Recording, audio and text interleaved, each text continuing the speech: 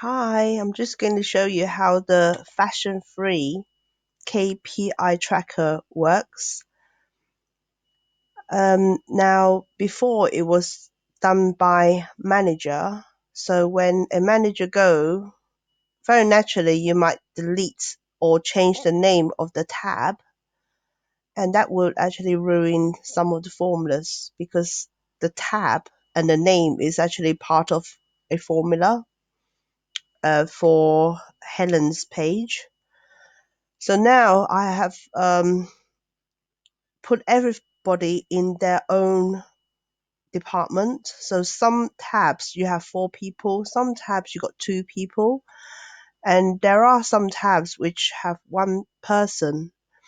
So all you need to do is go to the correct tab and type in your data, find your name. Anything with a lock on or the word branch or without your name, do not type on. So, for example, 3, 2, 1, like this. Here, you also have got a space for you to make a comment. So N1, N2, and N3. Because eventually, that's all you need to do. And I do believe you enter it 13 times. You have your name appeared 13 times. But however, there are some section which you might not be required to do. I would know, with our FID and so what you do then is, for example, your stock do not have you can actually put NA. If you put NA, it won't be 100%. So you might as well just put 100 for all of them, and just put down, you know, as a comment that you are not part of the RFID. Yeah, that's what I would do. Yeah, because it's all to do with numbers. And so I'm just going to undo that and show you. Hold on. Undo that. Because at the end, you have the summary tab. Okay, just now I've entered in Tanika's, you have got 3%, 2%, and 1%. And it all kind of adds up. So if you have put down like a no-show, it would actually impact on the figures on the whole. But as long as you go and put down the reason, yeah, I think that should be fine. Well, that's my opinion anyway. Not that I'm um, like a manager. Now, on the single manager, you can isolate 1 person to have a one-to-one, but then Tanika has her own sheet. So this more or less is redundant. But however, I just want to show you what it actually does. It pulls the information to this sheet. But for somebody who is actually just doing who is a department by itself, by him or herself, this might not be that useful. But if you have like Yvonne, who have got 2 people in her section, so you can isolate her results, and you have got the top line, which is the average for the team. Yes, so that's how you use the single management. It's really designed for just looking at 1 person's performance, really.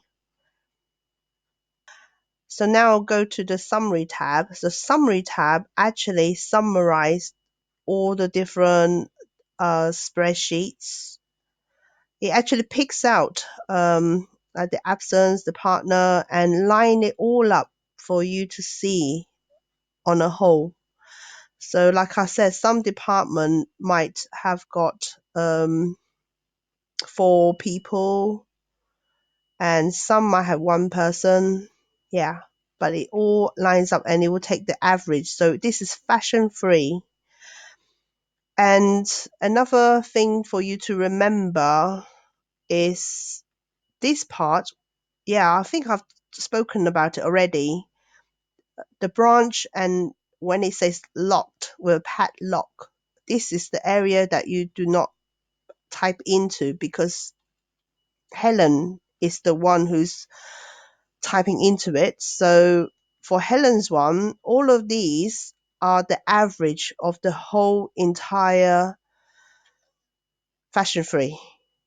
Okay, and then you have got the edit, which she's the one who is typing into, and everyone else will be reading. So we're going to partner.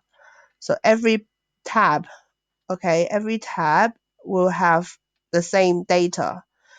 If I remember correctly, I have locked the area that will actually prevent you from typing into it, and uh, because for you to actually do it manually, it will cost you time.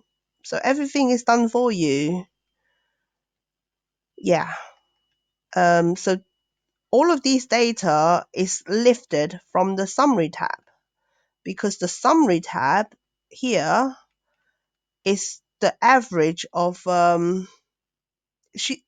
basically Helen, this page is actually reading the white line here, right, white row here. Well, I hope um this is useful, and of course you have got the information where you can actually see where you lift the information from. So just to summarize, if you're a manager, find the department that you belongs to, find your name, type only into where your name is, the line, and that's it. Don't merge cell, don't start changing names here. This is part of a formula. Don't change the names on the tab, and don't change your name as well, because everything has to be identical. If you change your name and add an extra space, okay, you will cause chaos in another tab. Okay, can you see? Automatically, the spreadsheet is telling you it doesn't like it. So everything have to be identical, you see, for this to work. That includes all of these data. I didn't mean to make it complicated. I mean, it's so complicated, I'm quite sure I will forget what is actually going on. So potentially I will make another video just to tell myself how I construct this. So if there is anything happen to this spreadsheet, I can amend it. Yeah, thank you very much. Goodbye.